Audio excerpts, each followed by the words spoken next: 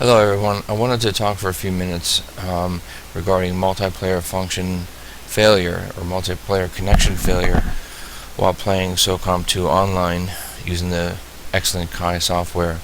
Now, my previous video, this is part 2, so I just wanted to go over a couple things that I've learned over the past month. Of course, once we go into one of the orbs, one of the satellites, I'm just choosing Toronto right now. The big deal, because I still hear the same complaints pretty much every night. This is how pretty much most people will log on. I'm the only one in the lobby right now. Most of the time at night, you're going to be down here typing messages to people, and everyone's going to be communicating. Alright, and there's going to be a much larger group of people here. Now, just like I said, there is not any one particular way to solve this specific failure. There's nothing that needs to be unchecked or checked. I haven't found a single thing to 100% solve this problem. But what I have found is when you go into your Configure Kai, you have Configure Kai, Start User Interface, and Start Kai. That previously I mentioned on there, when you're doing your, whether you're going to be on standard GUI or the web UI, some people still use the web UI, and that's fine. I use the standard GUI. Make sure that your port here is 30,000. Make sure your deep port is 0. If you're on the web UI, make sure your web UI port is 30,000, and then this port here is going to be 0, and your deep port will be 0. Alright, as I mentioned before, for me, sometimes I always play with this check mark here and enable PAT, this port address translation. For me, my settings just like this, it works. It works almost every time. I do get that failure sometimes, the multiplayer failure, but the reason is one, either the person who made the room has some setting or some tick somewhere that's not allowing me for whatever reason, or either other players to get into that room, or I mean, some of the guys we talk at night, maybe the room is bad or whatever, but I don't think it's that. I think that either the person that made the room, because the problem is using the Xlink Kai software, everyone has different settings, and that's the issue. So I use a regular landline out of my modem and my router to my PlayStation 2. I use a regular Cat5. I don't use anything wireless. But we have a lot of other players that are using Chrome, or they use Firefox. I use a Windows Explorer to get onto the Xlink Kai software. Some people are using Wi-Fi to go to their laptop, and then out of their laptop they have 5 or 10 feet of Cat5 to their PlayStation. So everyone has a little bit different situation. Not everyone is 100% the same, and that's where we run into problems. See, because if somebody's using Chrome and they might have other little connection, different things done on their computer, and when you have 50 people and everyone maybe has something a little different, that's where I think the communication sometimes gets a little muddled. Now, the other thing I wanted to mention is here in the Configure Kai. If I go down to not the Configure Kai, I'm sorry. I want to go into the properties of Configure Kai. Under compatibility tab, I mentioned in my other video that I did have it under Service Pack 2, and that's what is mentioned. I think Coco Pop or one of the other moderators mentioned in the Xlink forum, but it doesn't make a difference. You can use Windows Service Pack 2 and run in compatibility mode. Make sure you have a check mark there. Make sure you have a check mark here under Run the Program as Administrator. And you can run it under Service Pack 3, Windows XP, Service Pack 3. Absolutely not a problem. Alright, the other thing is make sure that all three of them have that. So I went to the Configure Kai, make sure you go to Start User Interface, and you have the exact same thing.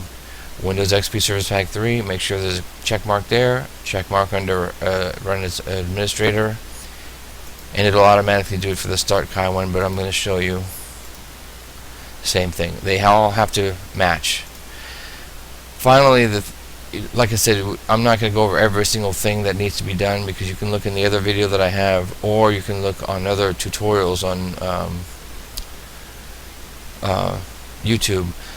Lastly, what really helped me would help cure my problem is that sometimes it is possible that, and I notice this, I can go into a room and I can start my Xlink software. Sometimes it's necessary to change orbs. If I'm logged on in Toronto and I might see only 10 people on that right side, alright, real fast. If I'm on whatever orb that I'm on and I go in here, I'll do it quickly,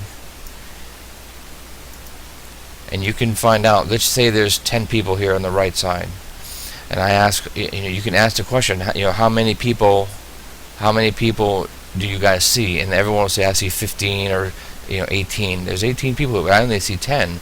So I know that the orb that I'm on, I have to switch, so I'll go to Australia, and then you log in a different orb, and then when you get back into that same spot, which all of a sudden, instead of seeing one, which I saw before, to say, I see all 15 people, and then I know that that's where I have to be. That's the correct orb right for the moment. Multiplayer connection failure. The other thing that really helped me, lastly, is that there are times when I know everything on my side is correct. I'm in a good orb. Let's say I'm in Australia. I have all my connections. Once you do your connections and your check marks and whatnot in your computer under Configure Kai, once all that is done, you really don't ever have to go back. Once everything is done in your PlayStation and you've done the MAC address and the IP address that the Xlink Kai has spit out for you, once all that in your configurations in your PlayStation is done, you don't have to ever really go back and mess with that. The last thing that helped me a lot, when I know that I have everything done correctly, is if I log on and I'm talking to other people in the Xlink forum, in the let's say the orb, whatever orb we're chit-chat, everything's fine, and I can't either see the room, or I see the room, no problem, and I can see people going into the room, but I can't enter it because I get the multiplayer function. What I do is I just come back over here, I X out of everything, I shut everything down, and I just go to restart, and I restart the computer. You just go to restart. Once I restart it, I'll restart my PlayStation. I restart this first because I feel you have to do it in an order. I'll restart the computer. I'll wait. It takes like only a minute. I'll go back into my orb here. I'll go to in the living room. I'll restart my PlayStation, and then I'll check. If I don't see the room immediately, I'll just close the orb that I'm in. I'll go into another orb. As soon as everything pops up, I'll close that one. I'll go back to my original Australia, let's say. I'll go back to the living room, and all of a sudden I see the room, and as soon as I try getting into the room, I get into the room.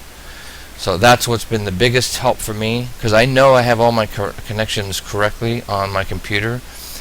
The biggest key is sometimes you just have to either switch orbs, or you have to switch orbs and then you might have to just restart the computer, and it does it very fast. So restarting the computer and restarting the PlayStation, sometimes I've done it twice, 2 or 3 times, but as soon as I do that, I'm able to get into the room absolutely quickly, and I play pretty much all night long.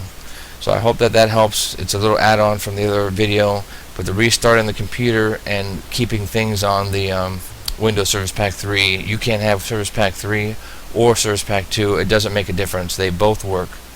So I hope this helps everyone. Again, you can always send me